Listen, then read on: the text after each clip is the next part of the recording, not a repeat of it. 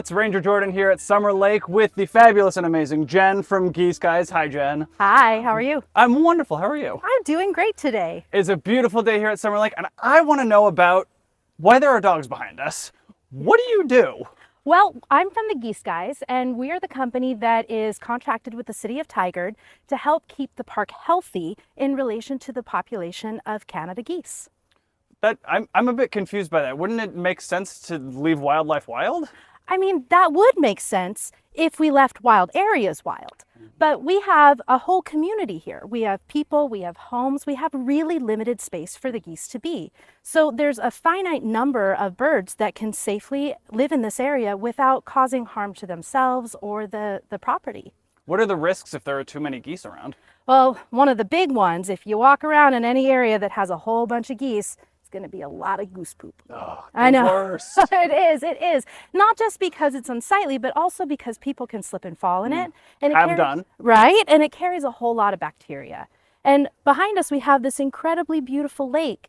And the bacteria that we find in goose poop just grows and grows and grows out there. And then all of the species that have any kind of interaction with that water can get really sick.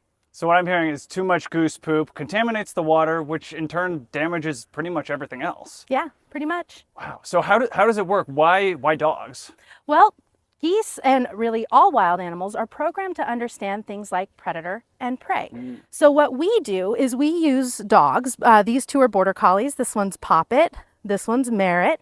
And what we do with them is we ask them to mimic the predatory sequence. So we ask them to pretend that they are hunting the geese because the geese know what that looks like. So what the dogs are going to do is they're going to lock on with a really hard stare. And then they're going to walk in really slowly. And what the birds are going to do is they're going to go, ah, I'm being hunted. And then they're going to walk away slowly along the ground. And then right about the time that the geese think, I should probably fly away because I'm about to become a snack. Then we ask the dogs to run in, the geese fly away, and then they learn this is an area that has predators. The other thing that this does is wildlife is super motivated to take in a lot of calories and to not expend very many of them. I don't know if you've ever watched a goose try to walk along the ground, but it's a little awkward. It's fun to watch. Yeah. So we waste all their calories. So what we're doing is we're saying, hey, it's really expensive from a caloric standpoint to be here, and we're not going to let you take in very many. We're gonna make you spend a lot of them, and you still have to fly away. But I thought in all of the Tigard City parks, dogs are supposed to be on leash the whole time, right? Absolutely. Community members' dogs should always be following the leash laws, and we do too. The only time that we let our dogs off leash is when they are actively working the birds. And with that said, our dogs are still under control. Merritt, Poppet, that'll do. Good, lie down. Lie down. Wow, good that girls, is some stay. Excellent training. Thank you, they're very good girls. So our dogs are still under control. We send them after the birds, and then we recall them back, and we put them right back on leash until we're ready to deploy them for the next set of birds. Pops, that'll do. Good girl. Is there anything in particular you would like park visitors to know when you're in the parks? Yeah, definitely. So when we're actively working birds, it's really important that the community members give us the space to be able to do our job. And then afterwards, if they have questions, we are more than happy to chat with them about those. If their dogs are currently off leash, maybe it would be great if they could call their dog and put their dog back on leash. Agreed. There is a dog park at Summerlake where they can run. But hey, that's a great idea. The rest of the fields, not so much. Yeah, definitely. I do see that they've got vests on. Should we treat them kind of like service dogs and give them their space while they're working? They absolutely should have their space while working. I will say they are not service dogs, they're work dogs.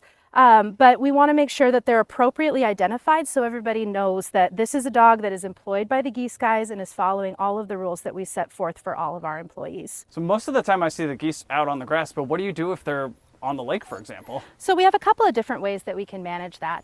Depending on where they are, we might send a dog in to swim for them.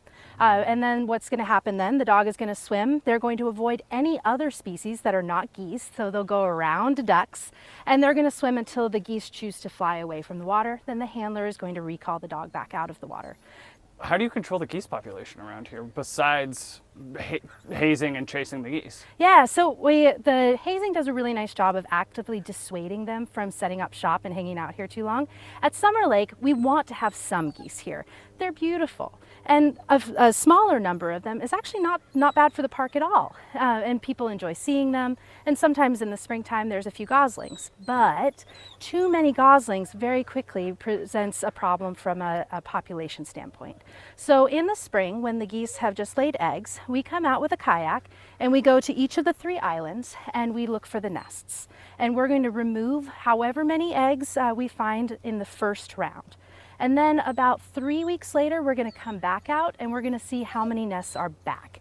Usually we find a couple, and those ones we generally leave because we want the folks around here have expressed that they would like to continue to have some goslings. Yeah. So we want to make sure that we give the geese that opportunity. Also, you have wetlands on both sides, and so you're going to get baby geese that are going to come in from there. Yeah, you can't completely control the population, and you don't want the population to completely go away. That would throw everything out of whack the other way. Exactly. Yeah. So the way that we manage the goose population with the egg depredation and the hazing is found to be the most humane way to do this. And we have resources from all across the U.S., all across the world. The Humane Society of the United States says this is the way to do it, and we follow all of the guidelines that have been written out by them. So people shouldn't worry about anyone or any animal getting hurt, injured. You're just kind of saying maybe not the best idea to hang out here. Yeah, definitely. So anytime somebody has concerns, we are more than happy to have that conversation. Just come chat with us. We would love to talk about the work that we do.